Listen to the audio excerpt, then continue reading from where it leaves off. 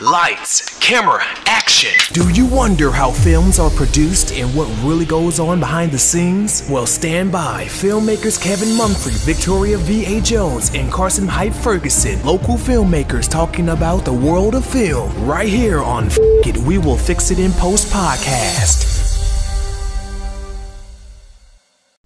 Good morning, good afternoon, and good evening. Whenever time you're listening, thank you for doing so. I am Kevin Mumphrey, and this is We Will Fix It in Post. I am here with my colleagues, Victoria V.A. Jones. What's going on? And Carson Hype Ferguson. Sure. And today we're going to dive into the world of news broadcasting. And today we are talking to someone who works in the world of news television. I introduced to you all to anchor reporter for ABC 7 in Little Rock, Jeané Franseen. How are you today? Hello, everyone. I'm doing great. How are you all doing? Good. Fabulous. So started off with, what made you interested in the world of news? Well, growing up, I always watched them from Memphis, so a very heavily news city. When people think of Memphis, they think of First 48, unfortunately. So, we were always on the news. But I got into television in high school, did it at college with Kevin at MTSU, interned at the top station in Memphis, News Channel 3, and just really fell in love with it. And I love to serve the community anyway, so that's really what this job is. It's not about being a face or perks or anything like that. It's really a service field. So just being able to help those in the community and give back is what it's all about. So in college, when you're, and usually before you graduate, you make a reel to send the news director. So do you remember the first reel you made? Yeah. Thankfully, I had my internship the year before I graduated. So I was able to have some stuff on there that, was actually on the scenes of places. But a lot of stuff on the football field. We covered sports at MT. I did a story about this house being spray painted with a swastika on it in Rutherford County. I have some pretty dope stuff on there, but obviously, thank God for growth, right? Because if I was to try to submit that same reel today for the job I just got in Little Rock, they probably laugh. So I had a teacher tell me your first reel is good enough to get you your first job. After you get your first job, you burn it. Yeah, I didn't necessarily I could have burned it because do the kids even know what CDs are anymore? I had it on a CD. You had it on a CD? Yeah, I had it on a CD. I mailed it out. Oh, you did it old school. Yeah, I did. So, of course, you make the YouTube channel and everything, but some of the openings would say send your reel to, and then it'll have the news address, and then attention the HR, hiring manager, or the news director. And so I'm like, well, how do I send it? This big file, you can't compress it into a zip file because it's one big thing. So I just sent the CDs off. Hey, do what you got to do. That's what's up. That's a different time. Yeah, but it's so competitive though, because so many people that I went to college with and that Kevin went to school with, unfortunately, when you apply to so many stations and you don't hear back, they're like, okay, well, let me go back and get my master's and teach. That's the other thing people do, or they'll go to law school, something that they can use that communication bachelor's degree for to progress in life. So it's highly competitive. Highly. So how long did, from graduation, how long did it take you to get your first job? Okay, so I graduated December of 2013. I had a job April of 2014. Oh, okay. Yeah, it took But I was applying 6 months before I graduated. Oh, that's dope. So, that's dope. You're smart. But I'm saying, I know people are like, oh, that's just January, 4 months. But now that's 10 because I was applying while I was still in school. It was literally a year for me. And this is how crazy I was.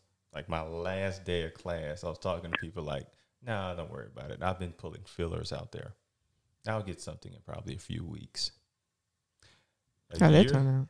Man, it didn't turn out good at all because I was sending like 25 resumes a day for like. Yeah, I applied to over 115 stations.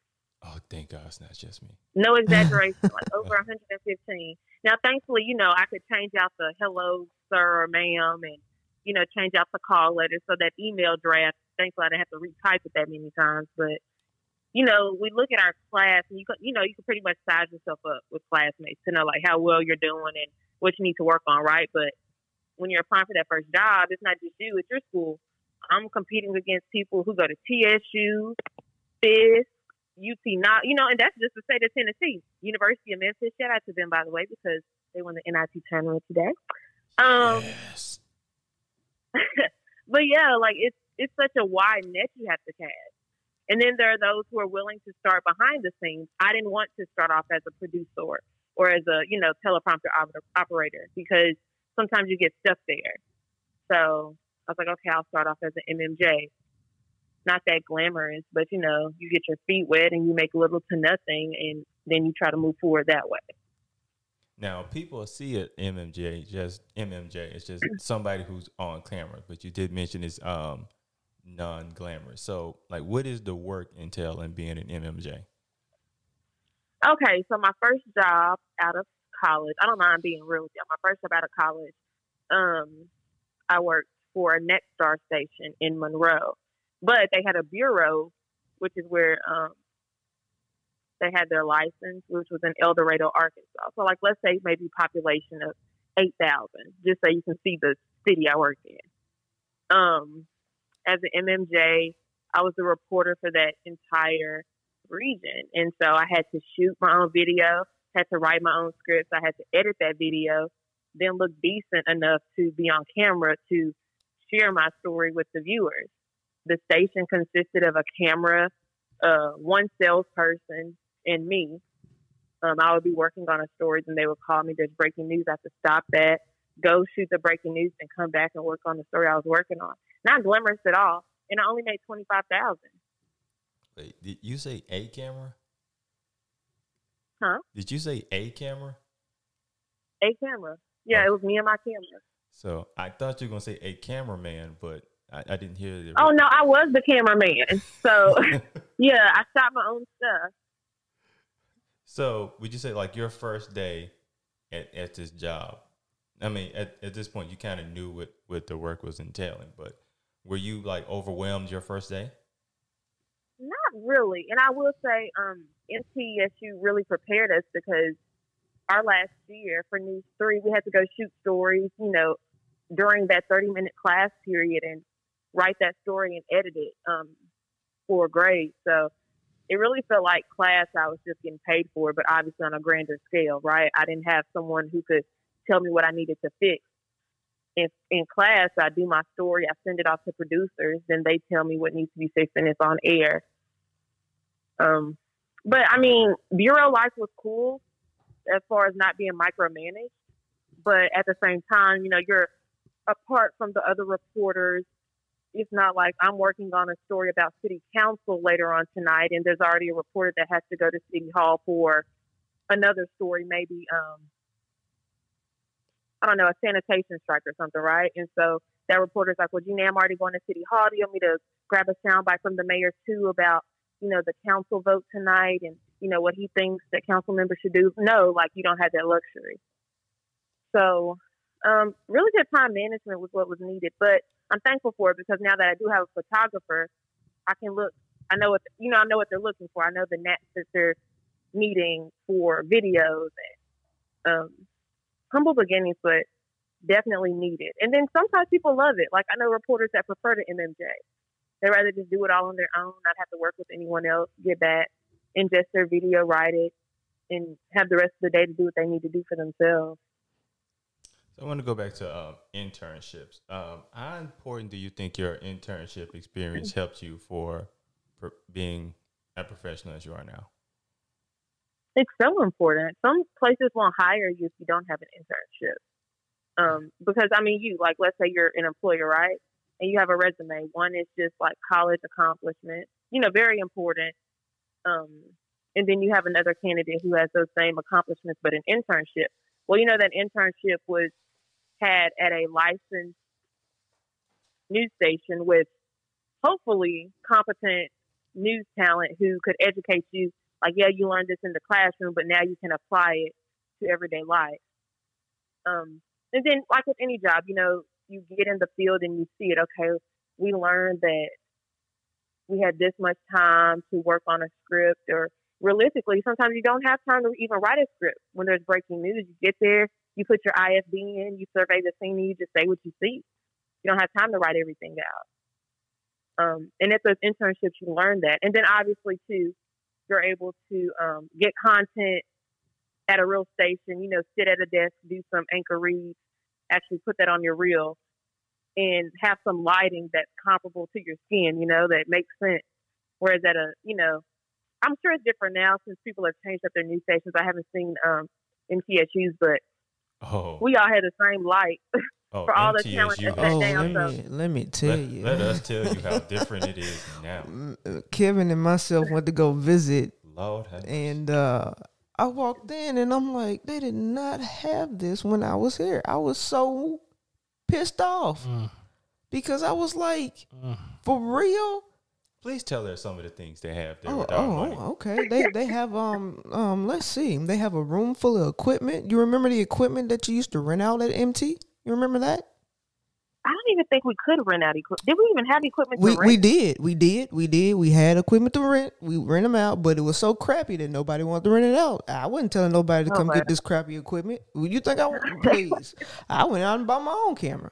But now, let me tell you, we went into this room and they not only had camcorders, they had they had DSLRs, they had microphones, they had the cords, they had all this stuff that you can rent out. And I was like, you gotta be joking me.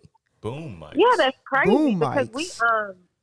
we when my last year, when Chris Clark was teaching our class, we got a list and we had to go to Best Buy and buy our own camcorder microphones. That is not the case anymore. Not now. They have a podcast room that you can record your own podcast in. I was like, you got to be joking me. Trying to do soundtracks for our news stories. That's great. But shout out to them for the upgrades. I'm glad to see that our alumni money went to right. It went to something. It did.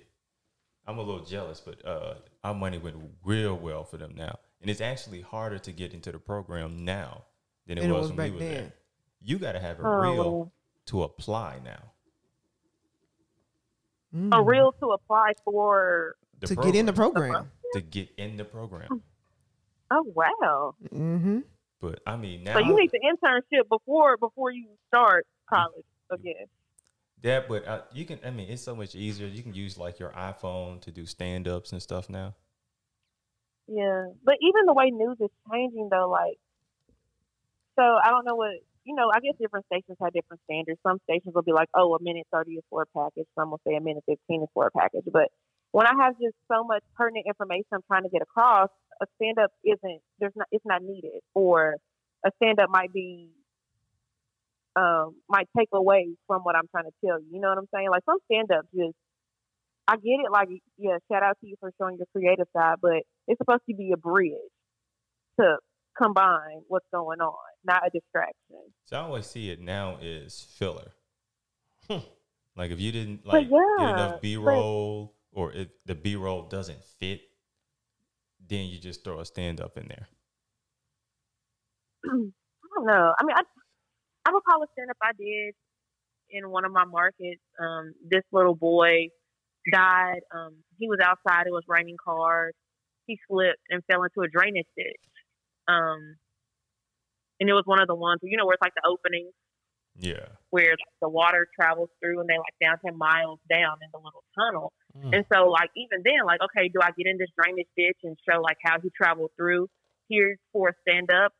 And then people look at me like, well, that's really, it can be seen different ways. Like it can be seen as disrespectful in a sense, right? Like you got in this drainage ditch showing, or is it like, okay, well, let me do this cool stand-up and show y'all. And it's like, okay, well, she really got down there to show us how he went through the tunnel. Like, I don't know. I guess you just have to be cognizant of that to see So news is like ever changing, and there's always something new. How long does it take you to put a story together in order for it to get on air? Oh, okay. So there are different shifts for news. You have mornings, you have day side, then you have night side. Mornings is what I did my last market when I was morning anchor. So I worked 2 a.m. to 10 a.m. Day side is 9 a.m. to 6 p.m. Night side is 1:30 p.m. to 10:30 p.m. Right? Hopefully you get a lunch somewhere between that time, but Hopefully. 9 times out of 10 you won't. So let's use day side, right? So that's 9 to 6. You come in at 9. You have hopefully you have your story ideas. You have the morning meeting. That's usually done by 10:30 if everyone's on track and prepared. By 11, you're heading out the door to get interviews. Hopefully you're back by 1 and have gotten all your interviews. Now that's saying that your story didn't fall through, right? Because you know how many times you call people for an interview that they've agreed to do, and then you call them and they're like, nah, I forgot about it, or my child's sick, or the company decided they don't want me to speak with you today. So many excuses that really don't help me at the end of the day because I still need to do my story. So hopefully by like 1 or 2 you're back. By 3 you start logging. And I'm saying this is if you have a photographer, right? Yeah. You're going to have even better time management if you don't, because you're not handing off your video for someone to edit. You're editing it. You're having to edit it yourself. You get your video, you get the script written, you get your script approved, you get your video done. Hopefully you're done by 4:30 because the news starts at 5. Oh man. Oh, so you're like right at the, ooh, Lord. No, like, but that's if you only have one story to do. You know, sometimes we get 2 stories we have to do. But yeah, I don't know. And then too, you know, there are times people don't make slides, which is why you might see a story that should have been in the A block, but that now in the C block. Which, thank God, I never not made slides, but I've seen it happen with other reporters. But ideally, you want to have your stuff done on a good day by 3:30 or 4. But I've seen people push it like they're transcribing video and attaching it to the news rundown by 4:55, and the news starts at 5 o'clock. Crazy. So, but it's news. You mentioned that, and some probably people don't think about, you'll set up an interview with somebody and they flake out for whatever reason. Mm-hmm. So and if that was like your main story you were planning on doing that day, what do you do once you're in that situation? Well, it depends. So I guess I'll use a situation. Let's say, so did it storm down there in Nashville? Oh yes, it did. I got destroyed. Okay, so let's say we woke up. Dogs. Oh yeah, okay. So let's say we woke up today and one of the schools flooded, so now students can't go to that particular school, right? That's the story of the day, and it's one of the bigger school districts. So I make a call to the district superintendent, and I really need his sound, right? Because we're trying to figure out, okay, well, where's the money going to come from to fix this building? Where are students going to be bused to? We know that virtual learning is happening now, so you are going to let them get their laptops back so they can go and do school home, like all these different questions, right? Yeah. But he decides he doesn't want to do the interview. Well, now I know that most of my interview is going to be MOS, man on the street sound, meaning parents and potentially students. And then what I'll do as a reporter is say, I reached out to Superintendent so-and-so. He wasn't able to interview at this time, but we do have a press release from the school system saying A, B, and C. And I'll just break it down myself with a graphic or do something like that to where the viewer doesn't miss any of the information. But of course, you'd rather see him saying it than a graphic. But that's a lot of times why there is a press release on TV, because there's no interview. I do have a question on that. So like the sound bites or the man on the street deals, do you ever have any times where somebody says something crazy and you know it'll be entertaining, but you just like, you know, I can't use that? All the time, because I don't know. I guess I look, you know, being a black woman, I'm not trying to put anything out there to make, I don't know, to affirm someone's thought of me or my people. You know what I'm saying? Mm-hmm. Yeah. That's why it be killing me. Like anytime you see some of these stories, it be like, oh man, it just be like, that's not a good look. Like the POP hold it down lady that was legally blind. Yeah. I was like, oh, that's a bad look. That's and a I will bad say, like, look. now with her name, I think her name was Donna Goodo. That was the POP Goodo. hold That was it down definitely lady. Goodo. So with that, it was a perp walk situation, and so, you know, all the stations had it. I would say for my main story, I wouldn't.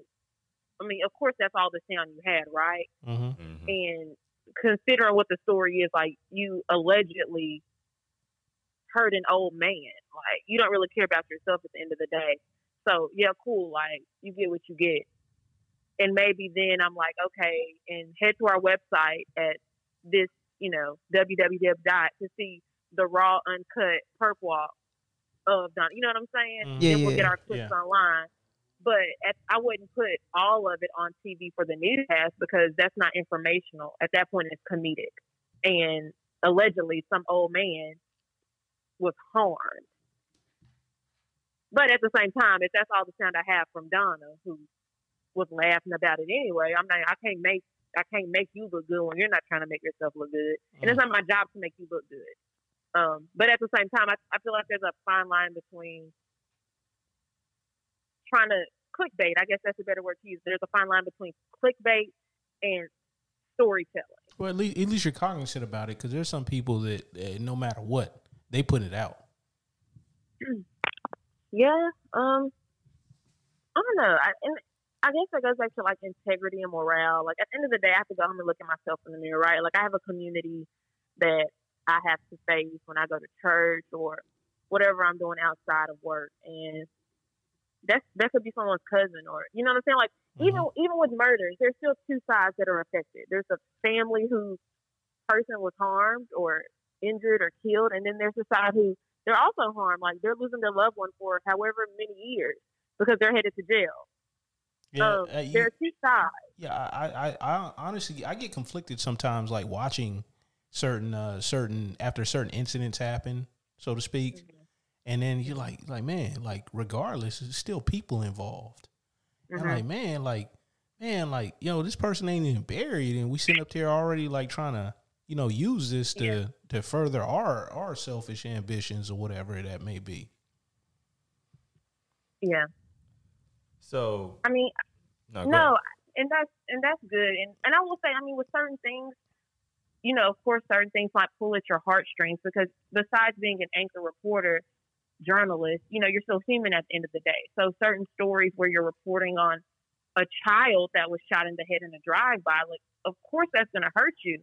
But you still have to be reminded that I'm not the judge and jury. Like I'm still telling this story prior to this person being, convicted, and their family still has a side too, because, what if you get out there like, he did this and this, and this, and they're like, well, no, there's surveillance video of him being out of town at the casino that same night.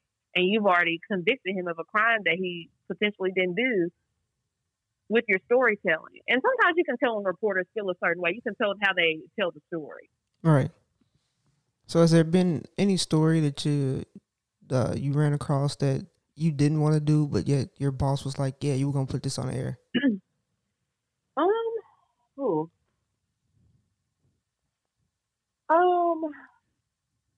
So I'm going to speak very vaguely right now, but I will say, the last presidential election, there were directives that came down from different companies where they wanted you to say certain things. And the way it was phrased is if it was like on behalf of the station, right? Right. But the station is owned by the company. So people look at you, they're like, did you just say that? Like, we here at such and such are here for you, and we'll be at the polls till they close, and, make sure you're in line at this time so that your vote counts. And if someone tells you this at the polls, make sure you do that. But it's like they wouldn't tell you this at this poll. You Right. know what I'm saying? Like, I don't know how to put it. I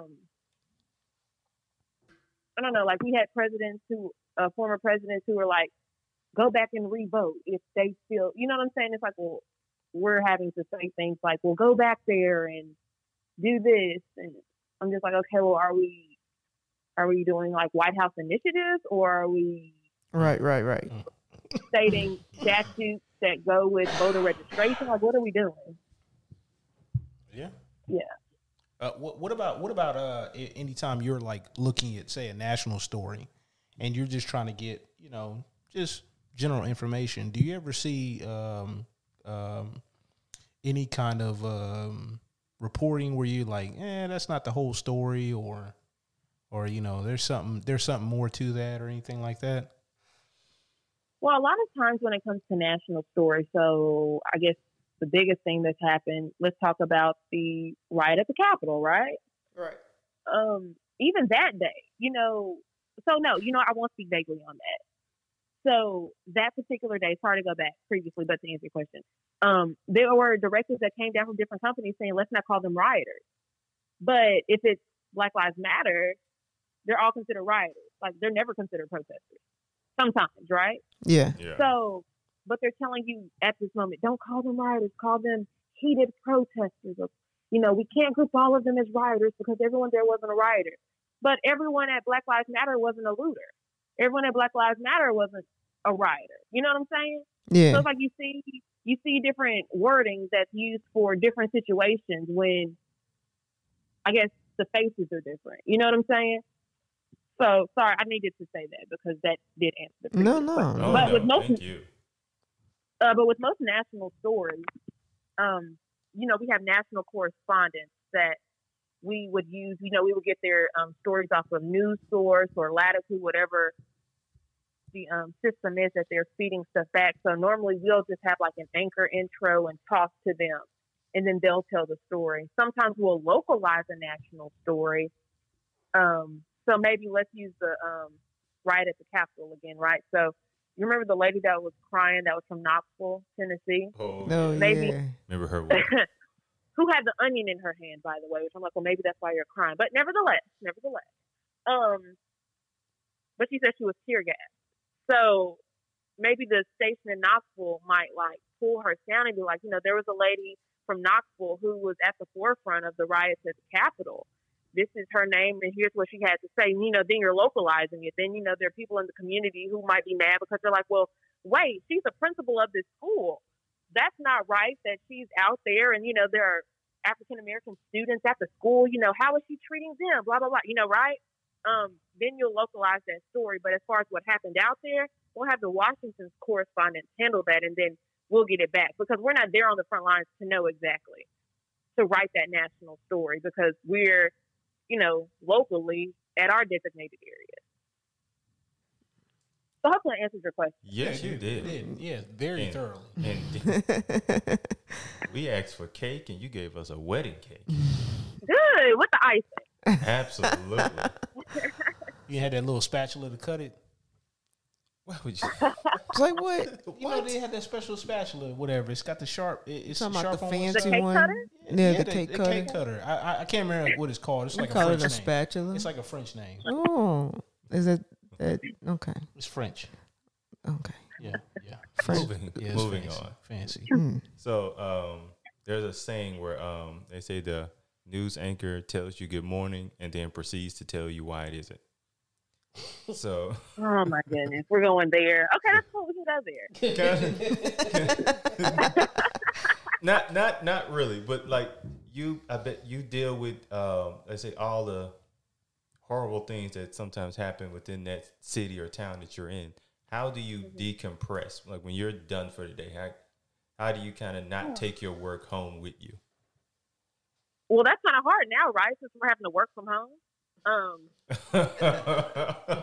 seriously, I'm not being funny. Like, seriously, like a lot of times you like, okay, I'm gonna go home and decompress, but now it's like, okay, do I walk into the other room and close my laptop and that's how I decompress? But I know when COVID first happened, there were different stations that handled it different ways. And my particular station, they sent like some reporters, the anchor still had to be there. And for the first couple of months, I mean, I was 6 feet apart from my co-anchor, but we were still in the same room. And I can't monitor what he does on the weekends. He can't monitor what I do on the weekends. So even telling stories, not knowing if the person across from you is even adhering to it, you know what I'm saying? Like, very stressful, and not being able to see your family for an extended period of time, and you're reporting on people that are at high risk. And my mom has asthma, and all I can do is call her every day. You know, sometimes you want to put your eyes on people to make sure they're okay. And I couldn't. So that was stressful. We were low staff, so couldn't take vacation days that I had, because where are you going to go, right?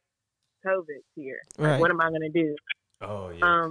They told me. Or you'll have time off, and because of COVID, you're like, well, let me just schedule this for another day because my trip got canceled, my flight got canceled. So I know at that specific time, because I think that's one of the big things that's really just impacted news, with even how we do things. You've seen more Zoom and Skype interviews on news within the past year than you've probably ever seen in your life. And we've all had to make transitions. I personally never worked from home at my previous station. I still had to come in and anchor. So while I was there, I would have to go out and get my interviews. It didn't make sense to go home. But I will say I reported my first story on my cell phone.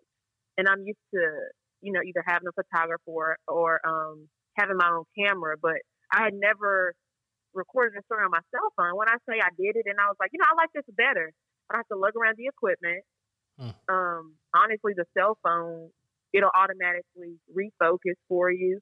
You don't have to worry about blue video when you get back. I like it a lot better. But then, you go home, and then there's Twitter, and you sometimes don't want to put your phone down because you don't want to miss anything. And then 3 hours later, you're still up, and you're like, dang, I need to be asleep right now because I got to be up there working too. So decompressing didn't really happen much, to be honest with you. But I guess it's like you sign up for it, so.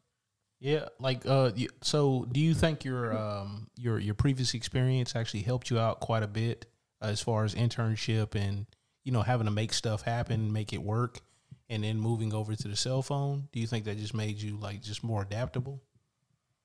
Yeah, I mean, I knew, but and it's crazy to say, you can tell some people don't even, maybe newer reporters don't even know how to hold a cell phone during the Facebook Live, right? Because, there are people in the comments like, no, turn your phone the other way.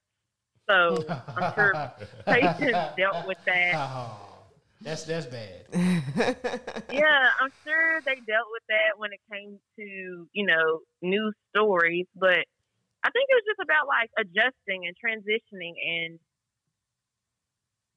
just, I guess, figuring out what works and what doesn't. I never shot video from my cell phone during my internship because there was never a need to. So there was a lot of learning right then and there. I will say that a lot of the newer reporters were like, oh, I'm just going to shoot this from my cell phone. They were already doing that in school, I guess. Because they were younger, when I was in school, yeah. We showed up with something with an iPhone. What'd you say? If you had showed up with a package that was shot through an iPhone. Yeah, I probably would have got cursed out. Yeah. It's funny how times change. They're like, we ain't doing that over here. Get you because the crazy thing is I remember in my first market, and it happens with all reporters, when you have your camera, you're like, oh, my battery died. Let me call the station. Maybe I can meet a photographer or someone to get more batteries. Like, whoever thought, oh, let me just use my cell phone so that no one has to drive back to the station. And now it's like, oh, well, hopefully your cell phone is charged because that is the camera. So times have definitely changed. But, hey, I'd rather carry my cell phone than 80 pounds of equipment up 3 flights of stairs for a 10-minute interview. Now, would you do anything special for, the sound to make sure the sound's good? Because I actually listened to, I'm not going to say the name of the operation, but they're considerable. And I'm like, no ring light. The sound is boo boo.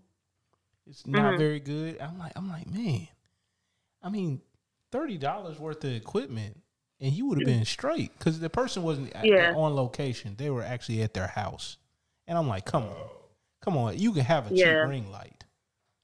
I mean, honestly, like I love natural light, to be honest with you. So every chance I get to shoot outside, I absolutely love it. Now, of course, you have to remember, okay, let me make sure I'm not shooting under a tree, or if there's a day when it's kind of overcast, you have to remember that, because the sun might come out for a little bit, and then half of your videos, this person's face is shining, and then half of it, it's not. Mm-hmm.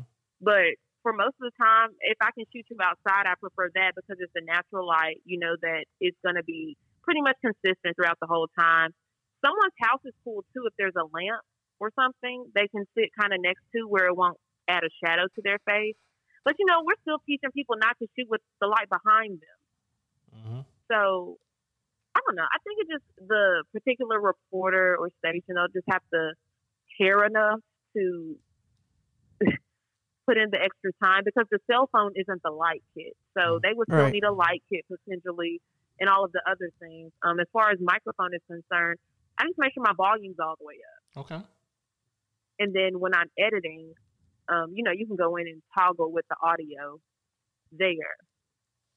So yeah, that shouldn't be a problem. In your opinion, what's the difference between a good story and a bad story? As far as like shooting it and how it's put together, you know. That's a good question. A good story versus a bad. Antoine I would Dotson? think it's the storyteller. I would think it's the storyteller that makes it a good or bad story, because I could cover a career fair. That could seem so boring. But then when I find that character who, you know, it's his first job out of jail, and now he can support his 4 kids, and you know what I'm saying? When you add depth to it, that's what makes a good story.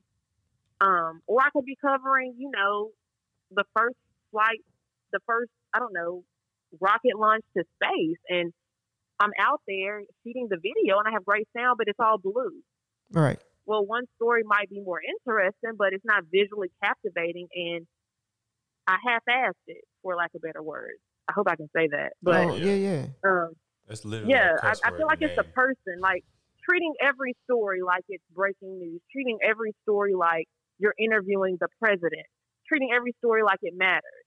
Because there isn't, I don't know, I don't care if I'm covering like a dog, you know, a dog race, or, you know, I'm interviewing Joe Biden. Like, if that's the story I'm covering, I'm going to put in the same amount of effort, because there's someone that's interested in that dog race. That's why I'm there. Yeah. I put 5 on it. Yeah. So when it comes to anchoring, like, people think an anchor is just the person who sits there and talks. So what is the process? Like, what do you all do to get ready to anchor a newscast? Well, there might be some that do just that. I wouldn't say that for sure. But I'm just playing. But yeah, really, you're stating the facts.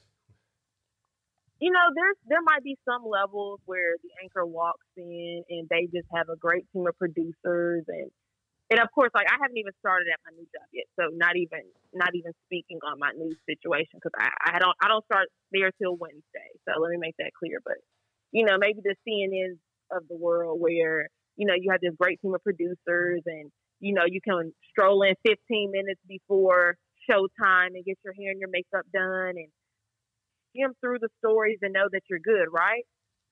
In these smaller markets, like, sometimes you are the producer, and sometimes you're having to reproduce what the producer did, and you can't just, I don't know, you can't just stroll on in and rely on being a pretty face to get the news done. Like, you have to fact check, and I have to reread stories, and I'm like, whoa, y'all aired this last night at 10? This is totally not correct. We're not going to air this again at 5 in the morning.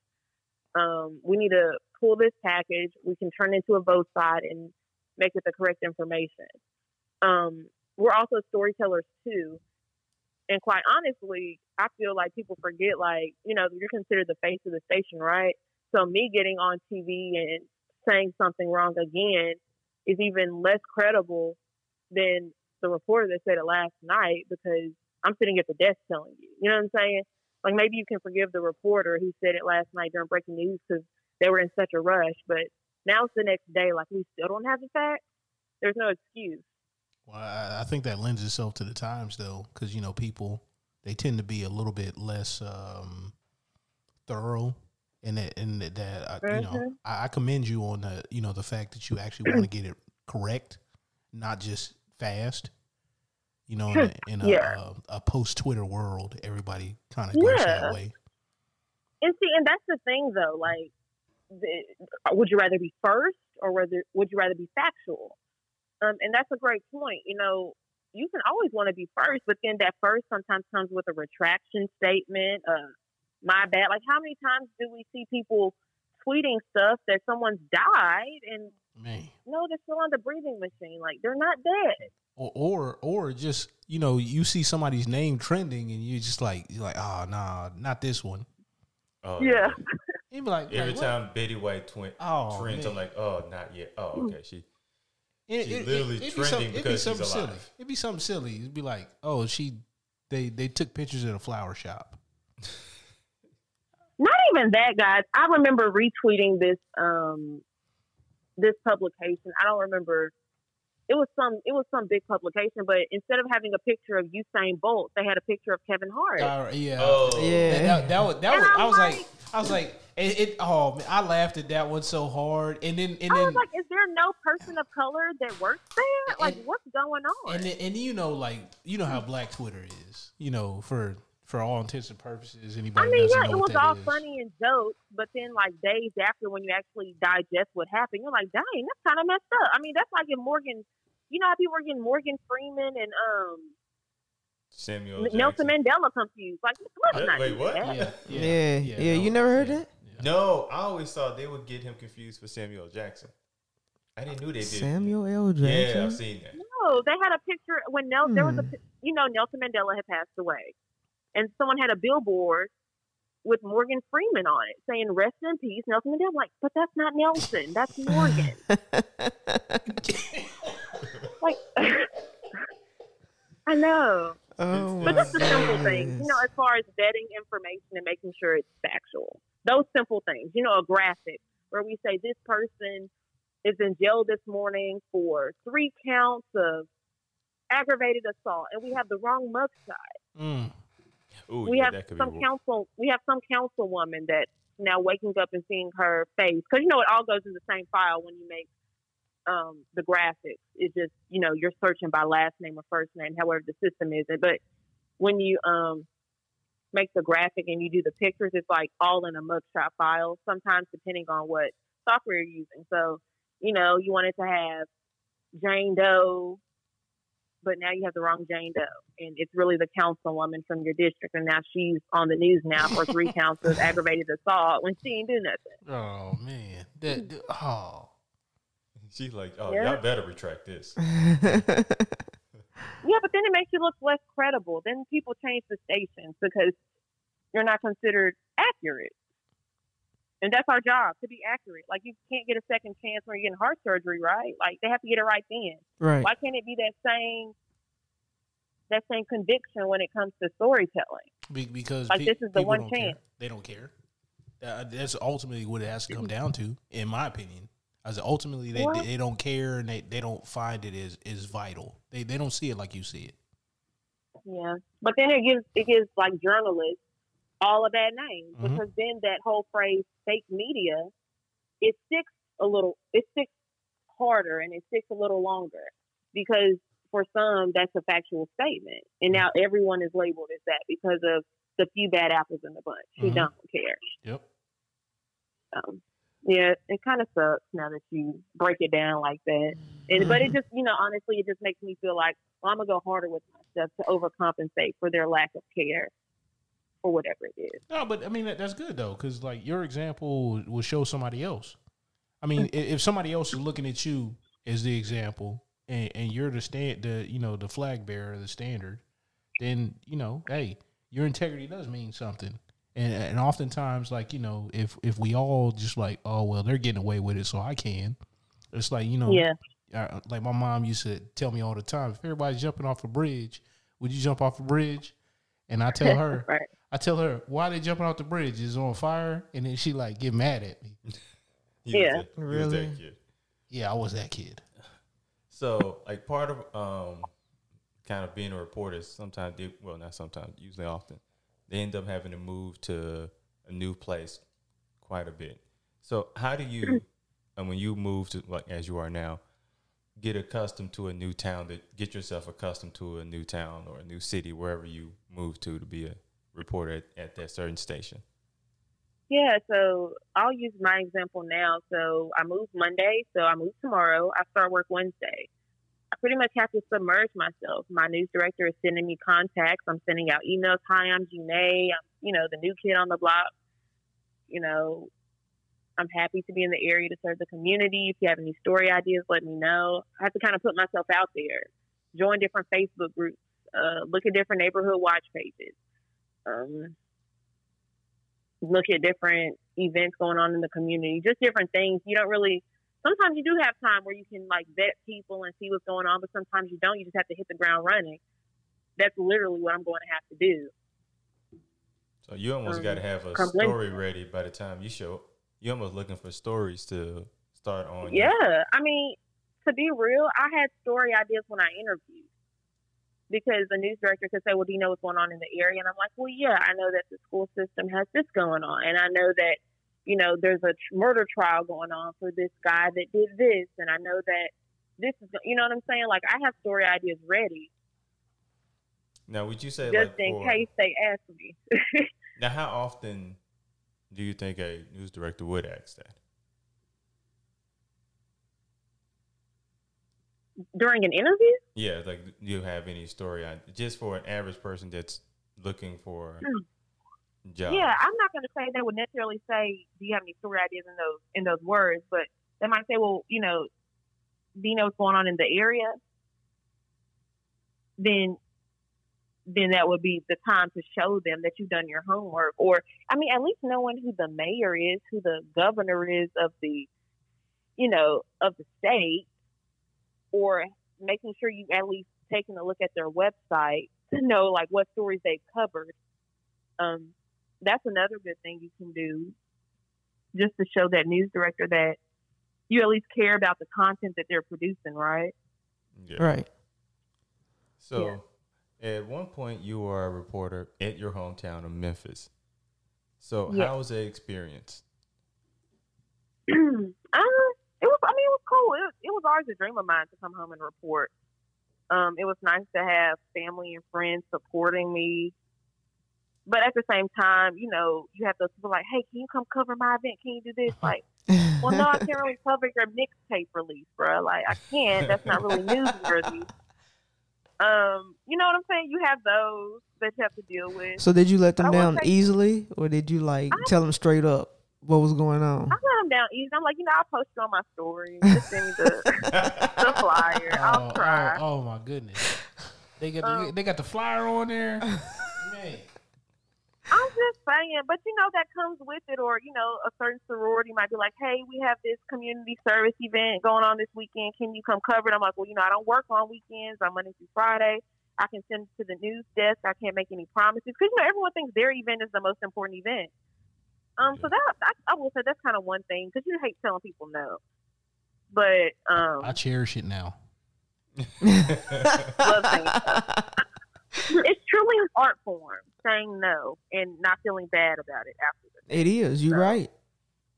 I think it comes with age, because it smoothly comes out my mouth now. Or experience, Yeah. Yeah.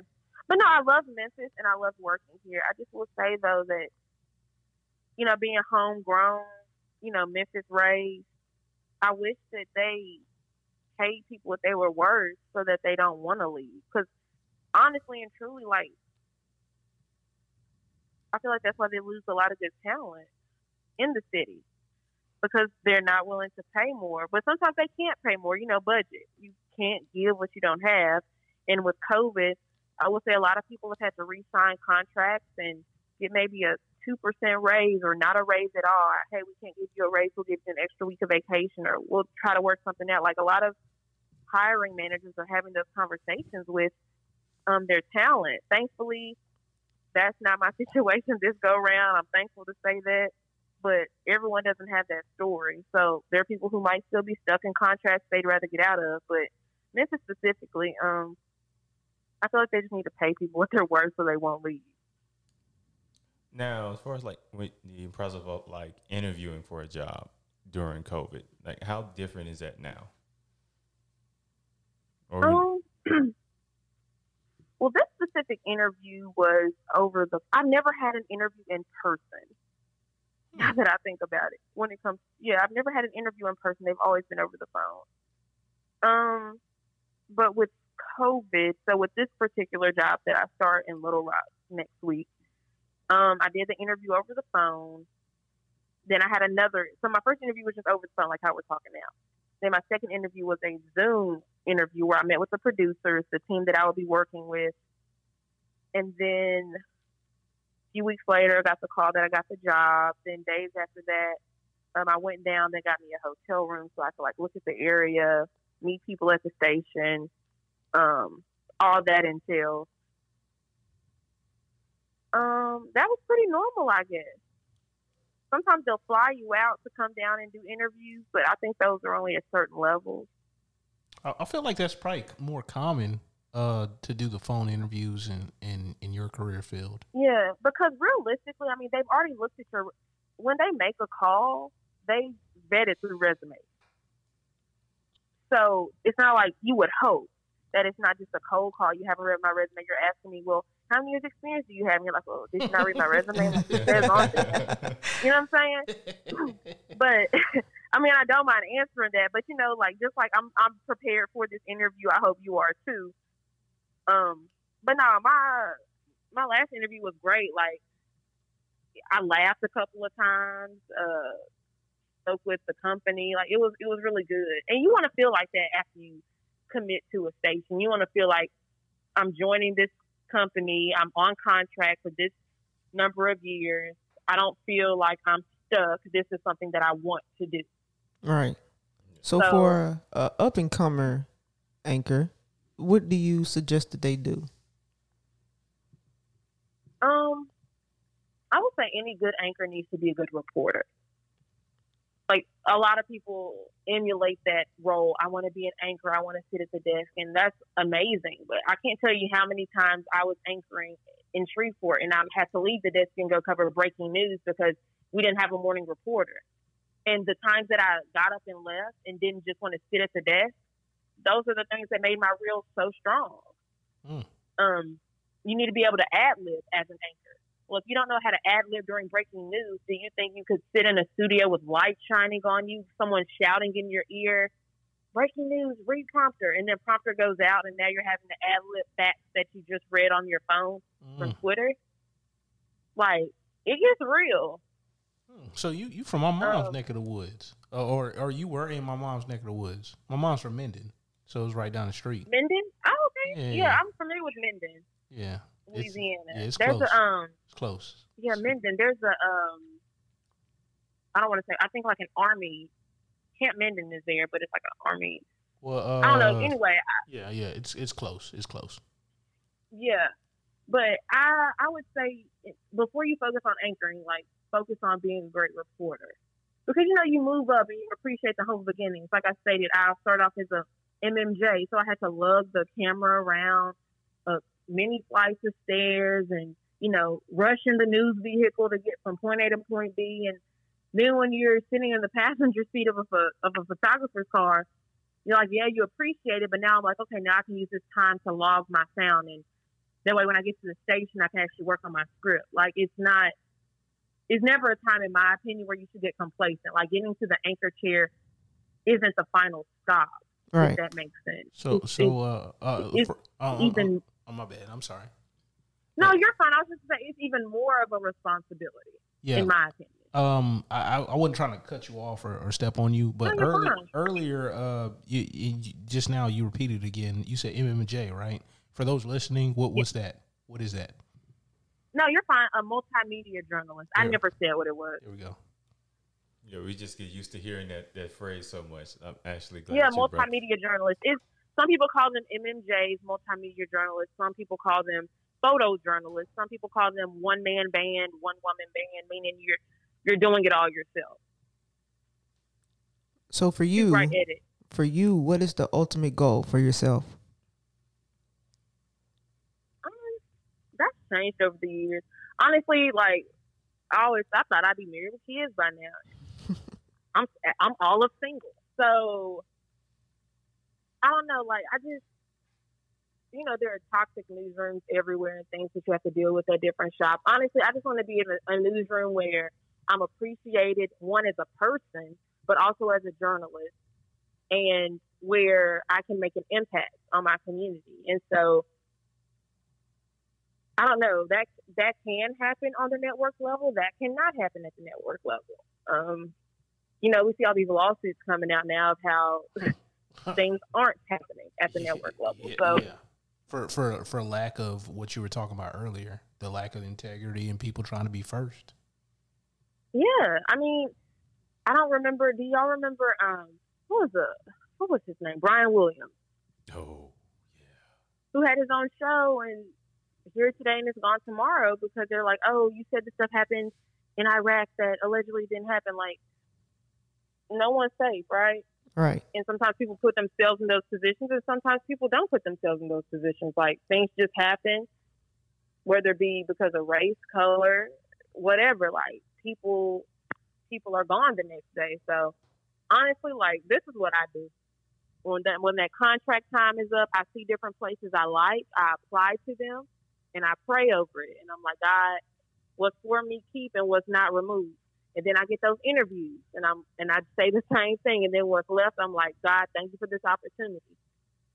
And I'm just living my life based on that now, because I might say myself, oh, I want to be the next Robin Roberts. And God's like, I don't want you to be the next Robin Roberts. I want you to go to, I don't know, Tulsa, Oklahoma, and that's where I want you for the rest of your life. Like, if that's where he wants me, I know I'm going to do great at it because he's ordained it. Right. Whereas I go where he doesn't want me, and I'm struggling every day, and I'm having a tough time in the newsroom, and you know what I'm saying? Like, just putting things into perspective. To answer your question, I just want to be where God wants me to be. Perfect answer. All right. So, with being a reporter, you're also somewhat of a local celebrity. So a lot of reporters do a bit of engaging with the audience as far as with social media. Do you like that part of your job, or is it kind of a pest for you? It's cool. I mean, people say that. I'm just like, celebrity for whom? But it's cool. I mean, you have to obviously carry yourself a certain way, and you have to think twice before you post this or do that.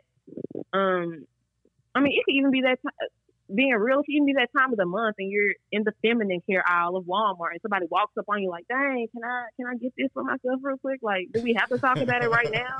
I know you have a story idea, Sam, but can't we wait?" They run up on you. Yeah, I don't know. But there are perks sometimes, it's like, oh, that's the news lady. You might get this off, or, working for news, you might get free Disney World tickets because you're in media. Like, there are certain perks that you like, but, what's the saying? With something comes responsibility, with great power comes great responsibility. Whatever the saying is, you're right. The eye is really on you, literally on you. And, there are sites like FTV, you could be on the beach. And obviously, if you're on the beach, you might have on a bikini. But because you post that picture, now you're in a blog the next day. And it's a problem. So you just have to think twice before you do things. And, we chose this job, so we can't really complain. I know. Something like that, though, is like kind of silly to me. And I feel like people are acting too, especially in the world we live in. There's much worse stuff. I mean, if you're going to the beach and you're in a bikini, really, like, do you feel like this is I feel, I don't know. That's just me. I'm going off on a tangent right now. Excuse me. Yeah, it almost kind of leads into the next thing I was going to ask. So every now and then you'll hear this story about, let's say, somebody complaining about something an anchor was wearing, or how they said something, or whatever. So have you ever had like a situation like that? Yeah, my last market, I was anchoring the evening newscast. I would sometimes literally anchor morning go home, take a nap, and come back and anchor evening. And on this particular day, I don't know his name, so we'll just call him Joe Blow. Joe Blow was like, "Oh, she's speaking too fast, and we can't understand anything she's saying. If she's on the news again, we're gonna change the channel." And thankfully, at the time, my news director, and now this didn't just come to my email. This went to the station. Like, he sent this to the newsroom. I'm sitting at the desk anchoring in break reading this. And he that girled me, right? So you know where my mind went when I'm like, that girl, like, oh, you can't say my name, you know? Yeah. But my news director, I appreciated him replying all and being like, well, that girl's name is Jeané, and she's actually our morning anchor, and maybe you should tune in during the morning to get to know her better and understand her personality. I was like, I don't think I'm speaking too fast. Maybe you're listening too slow, but of course, you know, you can't even. Of course, you can't even clap back with the viewer because now that's a problem, right? So thankfully, I had a news director who handled it at the time. But I mean, people are gonna have an issue with anything. Like, I'm naturally curly. I choose to wear my hair naturally curly. Now someone's emailing the station saying, "Why is her hair so nappy? She needs to wear it straight." And this is like, people are gonna always have a problem. So I'm just like, if I like it and my news director's happy with it, then I'm cool with it. Can't make everybody happy. So how I at least need to be happy. How do you fight that urge to not bring out your petty side when people do this? Unemployment and bills. That's how you fight that. That's what I'm talking about.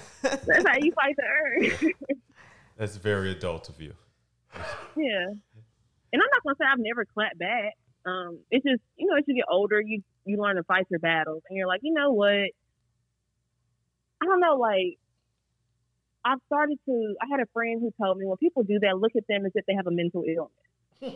And that's a good point.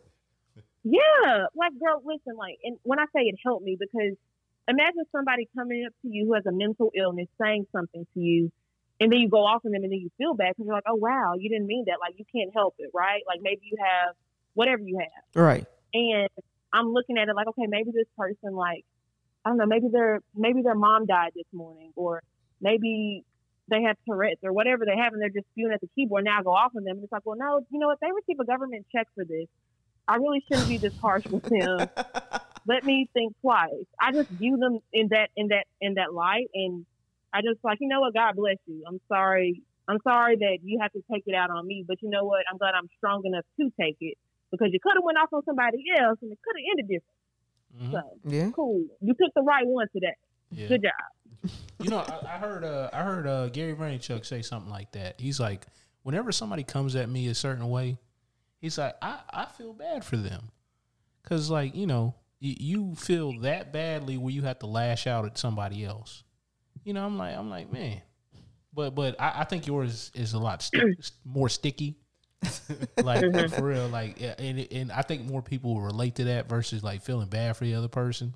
Because I mean, especially when they say something like real crass towards you, like, yeah, because I'm not feeling bad. Because like, I ain't gonna lie. I mean, I've had coworkers say crass things to me, like, because I don't like, just because they're horrible. You know, they just were raised differently. And yeah, you can't even comment and say, "Hey, chill out" nowadays, because now you're angry black woman. You know what I'm saying? Like, there's double standards across the board, even at the workplace. So, and that leads into what I was saying previously, when I'm like, you know, you just got to pray that you're in a safe environment nowadays. You just got to pray that you're in an environment where someone won't say the N-word just because it's Tuesday, and then you have to face them Wednesday, and they don't get fired because, they didn't mean it. Now, let me have said that. Would I still been at work on that Wednesday? Nah. No, ma'am, Pam. They didn't mean it. They didn't mean it. Oh my goodness, it slipped out. It slipped out. No, but seriously, like, that's the double standard that exists in society, and that's with any workplace. You know what I'm saying? You're right, because at my job, it's kind of like they know a different side of me, and it's called the Memphis coming out of me, and they know when I start talking a certain way, they know to get out the way. So, hey, I'm feeling very Memphis today. That's what I'm saying. Like, now I'll just look at you and smile, but back in the day, I would lower my head and shake it and be like, "Hey man," and once I said, "Hey man," Oh, there you go. There you go. you gotta know, like, oh, you need to chill out real quick. Or it's like, hey, bro, hey, listen, I'm the wrong one to come after right now. But but you know what? You know what? I'm gonna tell you this one. You know what I noticed in my time, like, because when I was younger, I used to fly off the handle all the time to be like, "Yo, man, that dude, yeah, just be careful." And like, I noticed when you don't get the reaction, because they wanted to get a reaction most times. Oh, most definitely. And you don't give them the reaction, oh, they get even worse. Oh yeah. Like even in traffic, you give somebody a thumbs down and shake your head no. Oh man, thumbs down. That is so disrespectful to them. Yeah, thumbs down. Yeah, that would be. You give them a thumbs down and shake your head no. Be like, I'm disappointed in you, and like make sure you said in traffic. Yes. Yeah. Like if you're driving, we don't do that in Memphis. I'd be like, I'm disappointed in you. We don't do that. I mean, we give our fingers in trash. Right. I was one of my friends. He's from Philadelphia, and you know he's not of the same background as me. I'll just say that. And he said, try doing that. See how somebody reacts. Oh my God. You think if I was driving literally in Memphis, you think somebody giving you the finger was like road rage? Oh my God! Well, you know what? Now that I think about it, because that's comparable to like when you get in trouble and you get a spanking or a whooping, whatever you want to call it. Like it's that moment, but then have your mom or dad say, "I'm disappointed in you." That hurts a little bit stronger. So maybe the thumbs down is that equivalent of someone saying they're disappointed in you, whereas the finger sign is just a quick like spanking. You know, you're over it. So maybe that's what. Yeah, I mean, like, you look, I'm talking about the whole thing. Like, you do that, and you can see them, and you say, I'm disappointed in you, and they know what you said through that car. And they were like, homeboy jumping out the car. Yeah, oh, man, they get mad. Well, look, y'all, if y'all listen to that advice, make sure you do it in a well-lit area. Not on the street by yourself. All right, so I want to end it with this last question. How has news changed for you since you've entered the world of news? I guess the simplest answer would be technology. When I first started out, Twitter wasn't like the go-to, but now more stations, even the one I'm joining now, it's kind of like digital first. So there's this digital component. And they even now have digital reporters where they create content strictly for social media. So I would say technology. I think that's the biggest way that's changed, but it's one that's needed because if something happens, you're going to grab your phone to get the update before you wait for 5 o'clock news, right? Right. And news has gotten on that bandwagon and they've taken that knowledge and run with it to where you might see a story before it airs at 5. And so now we can give you other content at 5. Okay. So do you think like the certain stations are taking the digital component as more important than the television component of news? Yeah, there are some that have. But honestly, too, you know, with that digital component, I don't know if you all know this, but sales is what drives news. Like sales, advertising, that makes money for the news station. So they love it when they can throw an ad or something, a 30-second ad before you can watch, you know, a mass shooting at a hospital. Because now this air conditioning company has been seen by millions of viewers on top of you knowing that your grandma's okay because she survived the mass shooting at the hospital. So, I don't know. Honestly, it's a way to monetize. I don't know if I want my refrigerator company shown right before that. Yeah. And there's no way to fast forward it because I've tried several times. So you got to watch. Well, Jeané, thank you for taking time out to talk to us today. It has been a pleasure. Yes. No, thank y'all. I Most enjoyed definitely. it. I've had a great number of laughs with y'all. Well, we try not to be so serious here. There's enough in life to be serious about. I try. Try to what? No, I You just appreciate give y'all whack having me. jokes. Come on, not all of them are whack. No, you're right. Not all of them. I've laughed at a couple of them. 50%. 50. Okay, 50%. I get it. On that note, Whatever's in your head. whatever makes you feel happy. This is we will fix it in post, and that is a wrap. Sure.